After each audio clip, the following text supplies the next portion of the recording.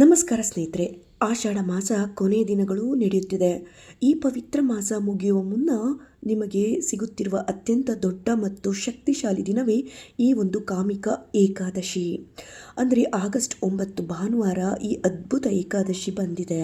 ಪುರಾಣಗಳ ಪ್ರಕಾರ ಈ ಒಂದು ಏಕಾದಶಿಯ ವ್ರತ ಆಚರಿಸುವುದರಿಂದ ಅಥವಾ ಈ ದಿನ ವಿಷ್ಣುವನ್ನು ಆರಾಧಿಸುವುದರಿಂದ ನಮಗೆ ಸಿಗುವಂಥ ಪುಣ್ಯ ಅಷ್ಟಿಷ್ಟಲ್ಲ, 1000 ಅಶ್ವಮೇಧ ಯಾಗ ಮಾಡಿದಷ್ಟೇ ಪುಣ್ಯ ಫಲ ಸಿಗುತ್ತದೆ. ಒಂದೇ ದಿನದ ಪೂಜೆಯಿಂದ ನಮಗೆ ಜೀವನದಲ್ಲಿ ಎಷ್ಟೇ ದೊಡ್ಡ ಕಷ್ಟಗಳಿದ್ದರೂ, ಸಾಲದ ಬಾಧೆ ಇದ್ದರೂ, ಅರಿಯದೇ ಮಾಡಿದಂತಹ ಮಹಾ ಪಾಪಗಳಿದ್ದರೂ ಅವೆಲ್ಲವೂ ನಿವಾರಣೆಯಾಗುತ್ತವೆ.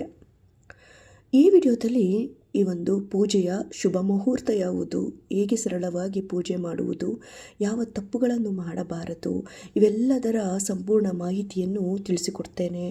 ಈ ವಿಡಿಯೋನ ಎಲ್ಲೂ ಸ್ಕಿಪ್ ಮಾಡ್ದಲೇ ಪೂರ್ತಿಯಾಗಿ ವಿಡಿಯೋ ನೋಡಿ. ಸಬ್ಸ್ಕ್ರೈಬ್ ಆಗ್ದಲೇ ನೋಡ್ತಿದ್ರೆ ಸಬ್ಸ್ಕ್ರೈಬ್ ಆಗಿ, ಮತ್ತು ವಿಡಿಯೋ ಇಷ್ಟ ಆದರೆ ಲೈಕ್ ಕೊಡಿ, ಹಾಗೆ ಫ್ಯಾಮಿಲಿ ಫ್ರೆಂಡ್ಸ್ಗೆಲ್ಲ ಶೇರ್ ಮಾಡಿ.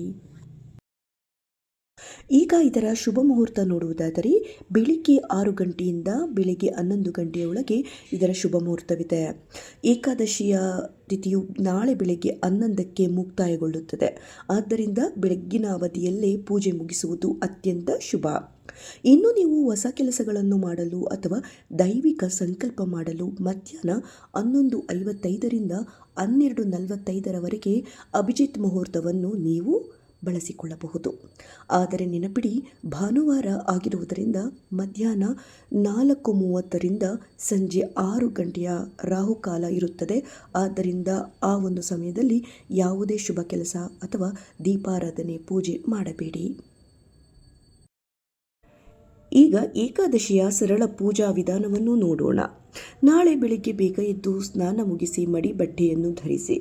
ಪೂಜಾ ಮನೆಯಲ್ಲಿ ಶ್ರೀ ಮಹಾವಿಷ್ಣು, ಕೃಷ್ಣ ಅಥವಾ ವೆಂಕಟೇಶ್ವರ ಸ್ವಾಮಿಯ ಫೋಟೋ ಇದ್ದರೆ ಅದನ್ನು ಪ್ರತಿಷ್ಠಾಪಿಸಿ.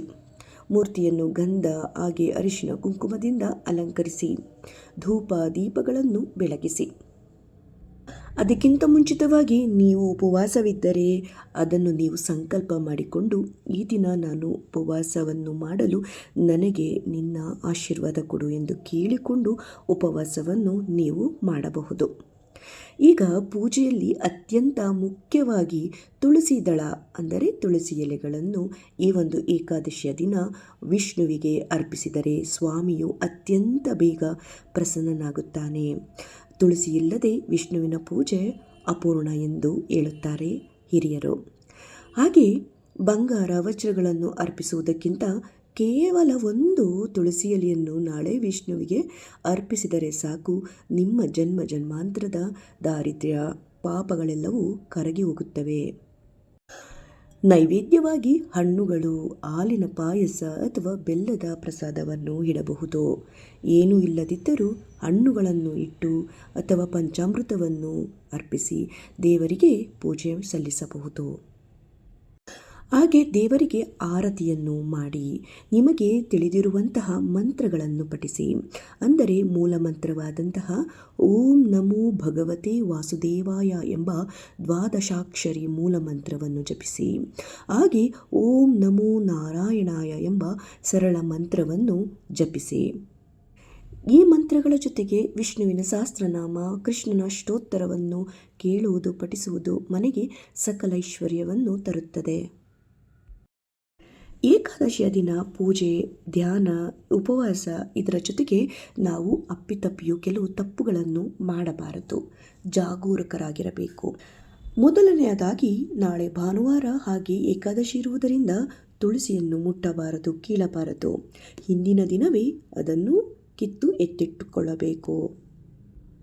ಎರಡನೆಯದಾಗಿ ಮನೆಯಲ್ಲಿ ಯಾರು ಕೂಡ ಅನ್ನವನ್ನು ತಿನ್ನಬಾರದು ಎಂದು ಶಾಸ್ತ್ರ ಹೇಳುತ್ತದೆ. ಏಕಾದಶಿಯ ದಿನ ನೀವು ಉಪವಾಸ ಮಾಡುತ್ತಿದ್ದರೆ ಖಂಡಿತವಾಗಿ ಅನ್ನವನ್ನು ಸೇವಿಸಬೇಡಿ. ಅದಕ್ಕಿಂತ ನೀವು ಗೋಧಿ, ರವೆ, ಉಪ್ಪಿಟ್ಟು, ಹಣ್ಣುಗಳು ಇವೆಲ್ಲವನ್ನು ಆರಾಮವಾಗಿ ಸೇವಿಸಬಹುದಾಗಿದೆ. ಕೆಲವರು ಪೂರ್ಣ ಪ್ರಮಾಣದ ಉಪವಾಸವನ್ನು ಮಾಡುತ್ತಾರೆ. ಆದರೆ ವಯಸ್ಸನ್ನು ನೋಡಿಕೊಂಡು ನಿಮಗೆ ಸಾಧ್ಯವಾದರೆ ಮಾತ್ರ ಆ ಒಂದು ಪೂರ್ಣ ಪ್ರಮಾಣದ ಉಪವಾಸ ಮಾಡಿ. ಇಲ್ಲವೆಂದರೆ ಸಾತ್ವಿಕ ಆಹಾರಗಳನ್ನು ತೆಗೆದುಕೊಂಡು ಉಪವಾಸವನ್ನು ಮಾಡಬಹುದು. ಹಾಗೆ ಮೂರನೆಯದಾಗಿ ಮನೆಯಲ್ಲಿ ಯಾರು ಕೂಡ ಕೋಪ ಮಾಡಿಕೊಳ್ಳಬಾರದು, ಸುಳ್ಳು ಹೇಳಬಾರದು, ಯಾರನ್ನು ನಿಂದಿಸಬಾರದು, ಹಿರಿಯರಿಗೆ ಗೌರವ ಕೊಡಬೇಕು. ಈ ದಿನ ಉಗುರು ಕತ್ತರಿಸುವುದು, ಕೂದಲು ಕತ್ತರಿಸುವುದು, ಮರಗಿಡಗಳನ್ನು ಕಡಿಯುವುದು ಮಾಡಲೇಬೇಡಿ. ಇದನ್ನು ಭಗವಂತ ಮೆಚ್ಚುವುದಿಲ್ಲ, ವಿಷ್ಣುವಿಗೆ ಅಪಮಾನ ಮಾಡಿದಂತಾಗುತ್ತದೆ. ಮರಗಿಡಗಳನ್ನು ಕಡಿಯಬೇಡಿ. ಹಾಗೆ ಪ್ರಾಣಿಗಳು, ಪಕ್ಷಿಗಳಿಗೆ ಆಹಾರವನ್ನು ನೀಡಿ. ನಿಮಗೆ ಸಾಧ್ಯವಾದರೆ ಬಡವರಿಗೆ, ಬ್ರಾಹ್ಮಣರಿಗೆ ನಿಮ್ಮ ಕೈಲಾದಷ್ಟು ಸಹಾಯವನ್ನು ಮಾಡಬಹುದು.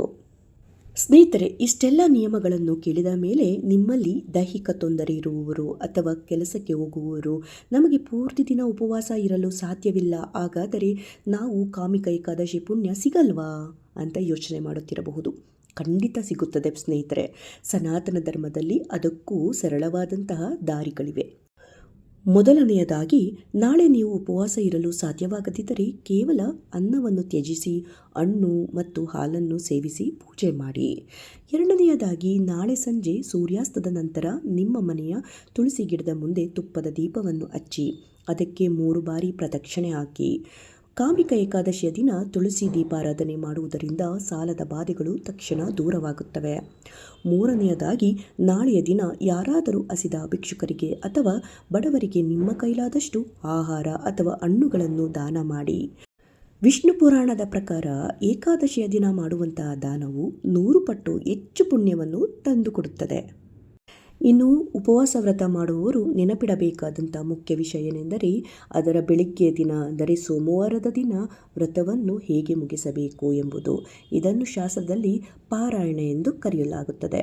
ಸೋಮವಾರ ಬೆಳಗ್ಗೆ ಸೂರ್ಯೋದಯದ ನಂತರ ದ್ವಾದಶಿ ತಿಥಿ ಮುಗಿಯುವ ಮುನ್ನ ನೀವು ದೇವರಿಗೆ ನೈವೇದ್ಯವನ್ನು ಅರ್ಪಿಸಿ ಬ್ರಾಹ್ಮಣರಿಗೆ ಅಥವಾ ಹಸಿದವರಿಗೆ ಅನ್ನದಾನ ಮಾಡಿ ಅಥವಾ ನಿಮ್ಮ ಕೈಲಾದಷ್ಟು ಸಹಾಯ ಮಾಡಿ. ಆನಂತರವೇ ನೀವು ಭೋಜನ ಮಾಡಿ ವ್ರತವನ್ನು ಮುಗಿಸಬೇಕು. ತಪ್ಪು ಸಮಯದಲ್ಲಿ ವ್ರತ ಮುಗಿಸಿದರೆ ಏಕಾದಶಿಯ ಪೂರ್ಣ ಫಲ ಸಿಗುವುದಿಲ್ಲ ಎಂದು ಶಾಸ್ತ್ರ ಹೇಳುತ್ತದೆ.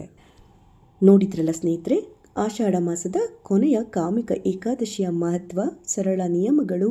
ಭಕ್ತಿಯಿಂದ ಶ್ರೀಹರಿಯನ್ನು ಆರಾಧಿಸಿ ಸಕಲ ಸುಖ ಸಂಪತ್ತನ್ನು ನಿಮ್ಮದಾಗಿಸಿಕೊಳ್ಳಿ. ಈ ವಿಡಿಯೋ ನಿಮಗೆ ಇಷ್ಟವಾಗಿದ್ದರೆ ಕಮೆಂಟ್ ಬಾಕ್ಸಲ್ಲಿ ತಪ್ಪದೆ ಓಂ ನಮೋ ನಾರಾಯಣಾಯ ಎಂದು ಬರೆಯಿರಿ. ಹಾಗೆ ಈ ಮಾಹಿತಿ ನಿಮಗಿಷ್ಟ ಆಗಿದ್ದರೆ ಎಲ್ಲರಿಗೂ ಶೇರ್ ಮಾಡಿ. ಪ್ರತಿದಿನ ಇಂತಹ ದೈವಿಕ ಮಾಹಿತಿಗಾಗಿ ನಮ್ಮ ಚಾನಲನ್ನು ಸಬ್ಸ್ಕ್ರೈಬ್ ಮಾಡಿಕೊಂಡು ನೋಡಿ. ಹಾಗೆ ವಿಡಿಯೋನ ಪೂರ್ತಿಯಾಗಿ ನೋಡಿ. ಇಷ್ಟ ಆಗಿದ್ದರೆ ಲೈಕ್ ಕೊಡೋದನ್ನು ಮರಿಬೇಡಿ. ಧನ್ಯವಾದಗಳೊಂದಿಗೆ ಮತ್ತೆ ಮುಂದಿನ ವಿಡಿಯೋದಲ್ಲಿ ಮತ್ತೆ ಭೇಟಿ ಮಾಡ್ತೀನಿ. ಓಂ ನಮೋ ನಾರಾಯಣಾಯ. ಓಂ ನಮೋ ಭಗವತೆ ವಾಸುದೇವಾಯ. ಹರಿ ಓಂ.